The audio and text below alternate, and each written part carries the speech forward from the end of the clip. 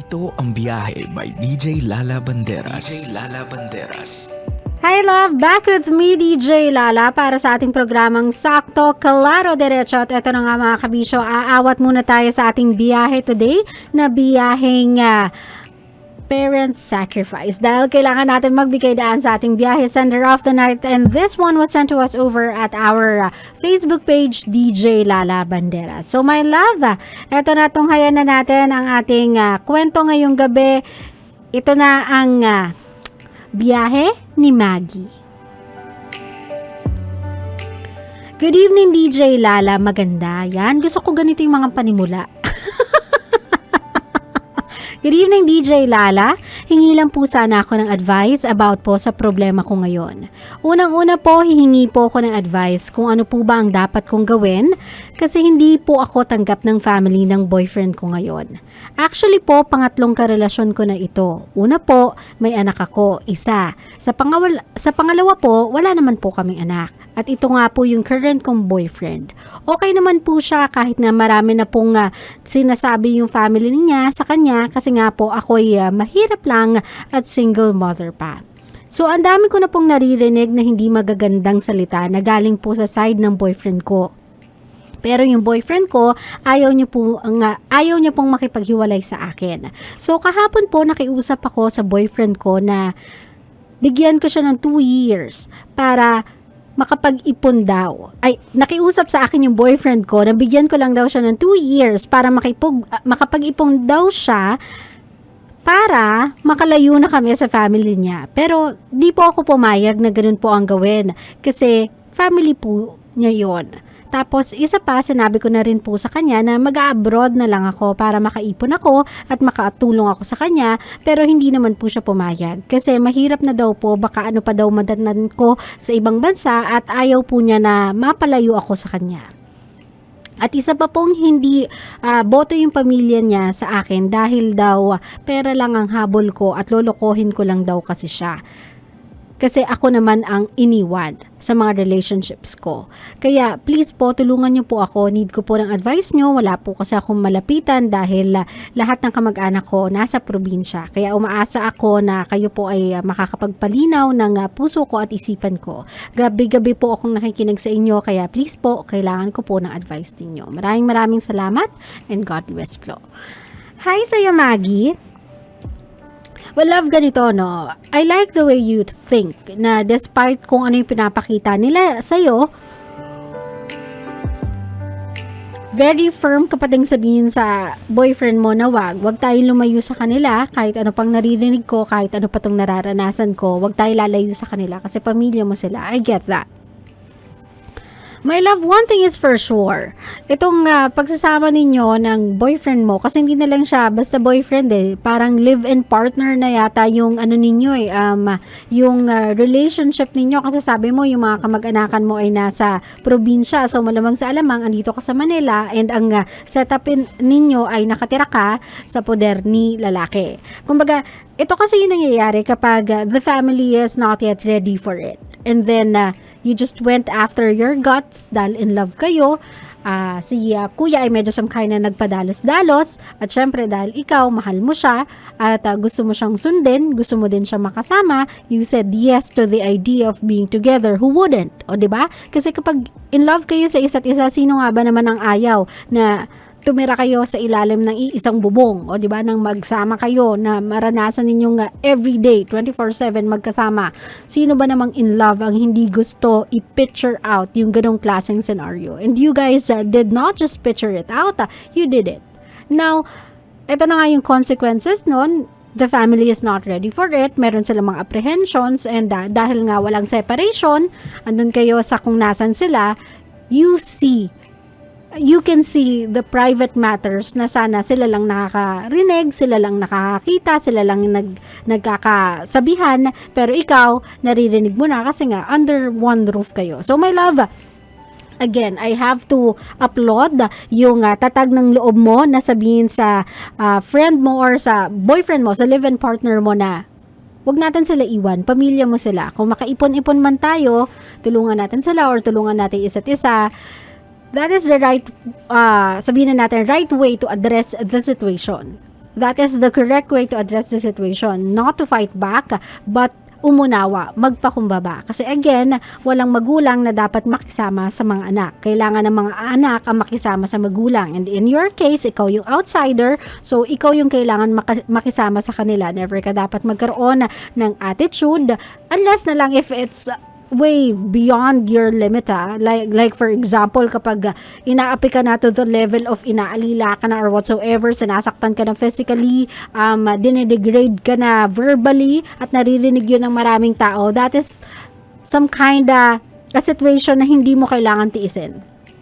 That is a situation na hindi mo kailangan tiisin. Don't get me wrong. But if that is a private conversation and they are just telling their opinion dun sa partner mo, but your partner doesn't want you to leave his side, yun nga, mahal, makikisama ka pa rin talaga. Hanggat hindi ka nila pinapakitaan ng hindi maganda, hanggat hindi ka nila inaalipusta, hanggat hindi ka nila sinasaktan, physically or verbally, hindi ka nila binabastos, makisama ka lang ng makisama, and just try to hilain yung partner mo to the right side, and that is your side, na wag tignan yung mga pamilya niya, yung pamilya niyang hindi boto sa'yo as enemy. Tignan nyo lang sila as people who doesn't understand. Now, you have to, meron kasi kayong burden to prove them wrong eh. Whether you like it or not, meron kayong burden to prove them wrong. At yan ang i-explain mo sa partner mo, na if we wanna get through this, kung gusto nating malagpasan tong challenge na to, if gusto mong ma-accept ako, yakapin ako ng pamilya mo, let's work together. Hindi pwede yung decision na high on emotions, like for example, hindi mo ako pag-iibang bansa kahit kapos na tayo, at kahit merong opportunity, just because gusto mo magkasama tayong dalawa, just because gusto mo hindi ako malayo sa'yo, let's not be too emotional about it. Naging emotional na tayo sa desisyon na magsama tayo without their approval. Huwag tayo maging emotional when it comes to life practicality. Kung gusto talaga natin makapagsama in the near future, we need to prove them wrong, and we need to have a stable life para makapagsama tayo. We need to have a stable life para mabuhay natin yung isa't isa. Para makita din ng pamilya mo na hindi pera ang habol ko sa inyo. Hindi sustento, hindi pambuhay sa anak ko ang habol ko sa inyo. You need to let me do something. You need to let me carry this burden with you. Huwag kang magpakamacho in front of me. If we really wanna do this, let's attack this problem in a mature way. Hayaan mo kung tulungan ka. I am your partner. Hindi ako damsel in distress na kailangan mong isave. Hindi ikaw si Romeo at hindi ako si Juliet. We don't have to be like that. I-empower mo yung sarili mo, Maggie. If you are listening to me, i-empower mo yung sarili mo. Show your boyfriend that you are his partner and you are in this together. Make him realize na he doesn't need to go through this problem on his own. Hindi kailangan na siya lang yung mag-iipon. Hindi naman porket gumagalaw ka rin, nag-earn ka ng money, kumikilos ka din, humahanap ka din ng paraan para magkaroon kayo ng stability in life, financially speaking, ibig sabihin hindi na siya yung lalaki sa relationship. Kasi the more kanyang binibaby, the more nakikita nung side nung lalaki na naaalipin, quote unquote mo, yung anak nila, naaalipin mo yung kapatid nila, naaalipin mo yung pamangkin nila, the more na hindi ka nila nakikitang gumalaw kasi binibaby ka ng partner mo, the more ka nilang nakikitang kalaban kasi nakikita nilang nahihirapan yung kamag-anak nila. Nagigets mo ko? Sabihin mo dyan sa partner mo, the only way para magbago yung tingin nila sa akin is if you let me help you. If you let me work with you, alongside you, sa problema natin financially. Gusto mong tanggapin nila ako? Then let me move. Hayaan mo kong magtrabaho din. Hayaan mo kong itayo din yung sarili ko sa sarili kong mga paa. O diba? Or sa sarili kong pagkakadapa. Nagigets ko, gusto mo akong tulungan, nagigets ko, mahal na mahal mo ko, ayaw mo akong nakikitang nahihirapan, ganun din ako sa'yo. Kung ayaw mo akong makitang mas mahirapan pa, pakilusin mo ko. Naintindihan mo ko, Maggie? Kasi wala kayong magagawa dyan eh. Hindi nyo sila pwedeng kutsain, hindi kayo pwedeng lumaban verbally na nagmamahalan po kami. Gone are the days na may mga ganong klaseng tao, in order for you to prove them wrong, is that you have to work your ass off as well, my love. And your partner needs to let you do it. Kakailanganin niyang hayaan kang gawin yon para sa inyong dalawa. Now, if merong opportunity to go abroad, you think you can, you have the opportunity, and it's too, sabihin na natin, it's too big to pass on. Please do not. Just because gusto nyo magsama, just because yung partner mo ay emotionally not ready to let you go. Kung gusto nyong ipakita doon sa side ng lalaki na you guys are mature enough to create your own family, then show them that you are mature enough to make mature decisions. Naiintindihan mo ko, Maggie? Mag-usap kayo as partners. Hindi as ikaw na helpless. Kausapin mo siya as a powerful woman trying support your king. Naiintindihan mo ko, my love?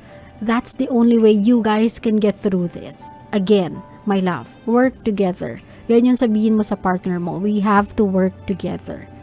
Gusto kong magustuhan nila ako.